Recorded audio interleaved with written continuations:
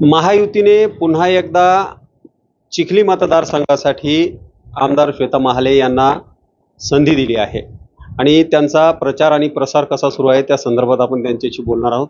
ताई, पुन्हा एकदा आपल्याला महायुतीने संधी दिली, आपलं अभिनंदन त्याबद्दल.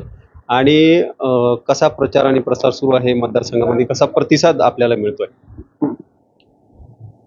28 तारखेला उमेदवारी अर्ज भरणार आहोत. त्याचंच खरं तर नियोजन चालू आहे. प्रचंड उत्साह हा सर्वसामान्य जनतेमध्ये आहे. 5 वर्ष जे लोककल्याणकारी कामं आम्ही केलेत, महायुती सरकारच्या ज्या लोककल्याणकारी योजना आहेत त्या योजना लोकांपर्यंत पोहोचवल्यात.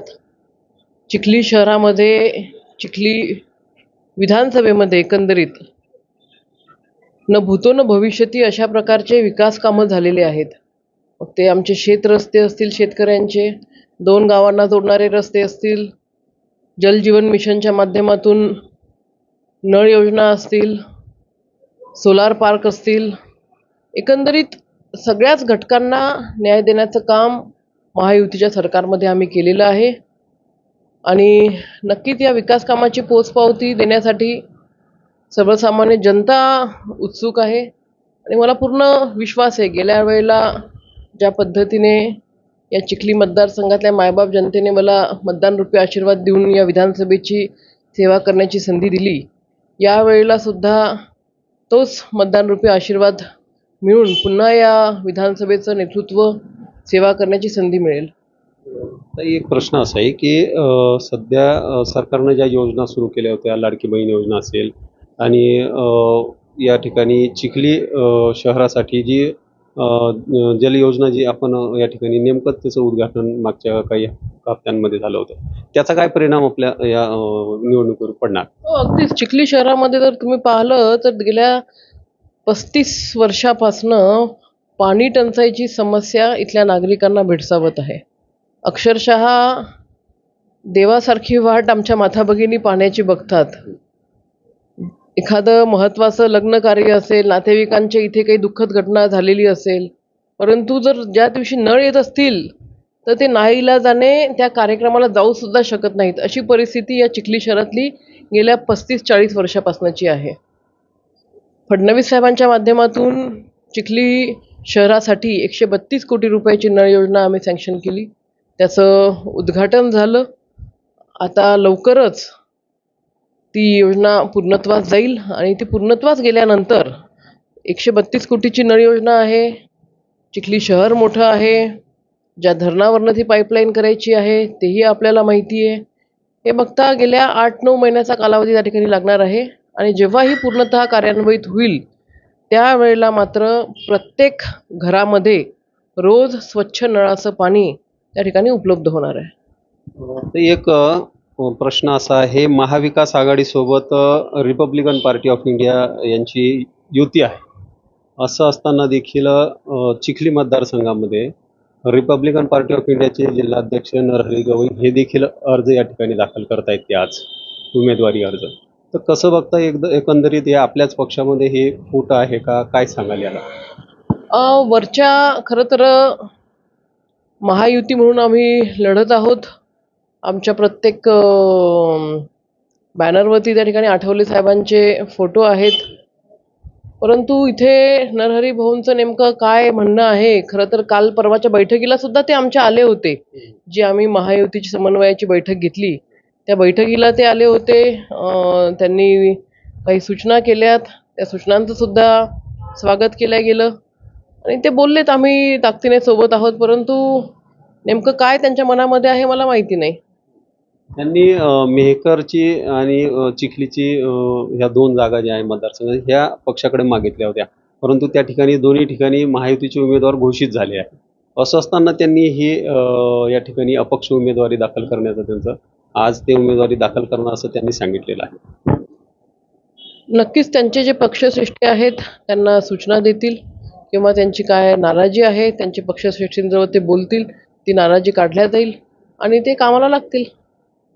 एक प्रश्न शेवटचा असा आहे की मतदारसंघामधील जे विरोधक आहेत ते सातत्यानं पांदन रस्त्याच्या संदर्भात असतील किंवा आणखीन बऱ्याच ठिकाणी भ्रष्टाचार झाल्याचा असं ते आरोप करत आहे. कसं पाहता याला आणि कसं उत्तर द्यायला? पांधन रस्ते हे शेतकऱ्यांसाठीची सुविधा आहे. जे आरोप करतायत ते घराणेशाहीमध्ये त्यांचा जन्म झालेला आहे. सोन्याचा चमचा तोंडामध्ये घेऊन ते जन्मास आलेले आहेत. त्याच्यामुळे शेतकऱ्यांसाठीचे पांधन रस्ते, शेतकऱ्यांना सुविधा उपलब्ध करून देणं हे त्यांना त्या ठिकाणी महत्त्वाचं वाटत नाही. आणि त्याच्यामुळे शेतकऱ्यांच्या पांधन रस्त्यामध्ये आपल्याला खोडा कसा घालता येईल हा प्रयत्न ते करत आहेत. मला असं वाटतं याला उत्तर येणाऱ्या विधानसभेच्या निवडणुकीमध्ये या चिखली मतदारसंघातला शेतकरी बांधवच देणार आहे. पुन्हा एकदा चिखलीकरांनी संधी दिली आमदारकीची, तर काय व्हिजन असणार आहे समोर? पुढच्या काळामध्ये चिखली मतदारसंघामध्ये खरं तर या गेल्या 5 वर्षाचं जर पाहिलं तर सुरुवातीचे 2.5 वर्ष आम्ही विरोधी पक्षामध्ये होतो. कोविड होता.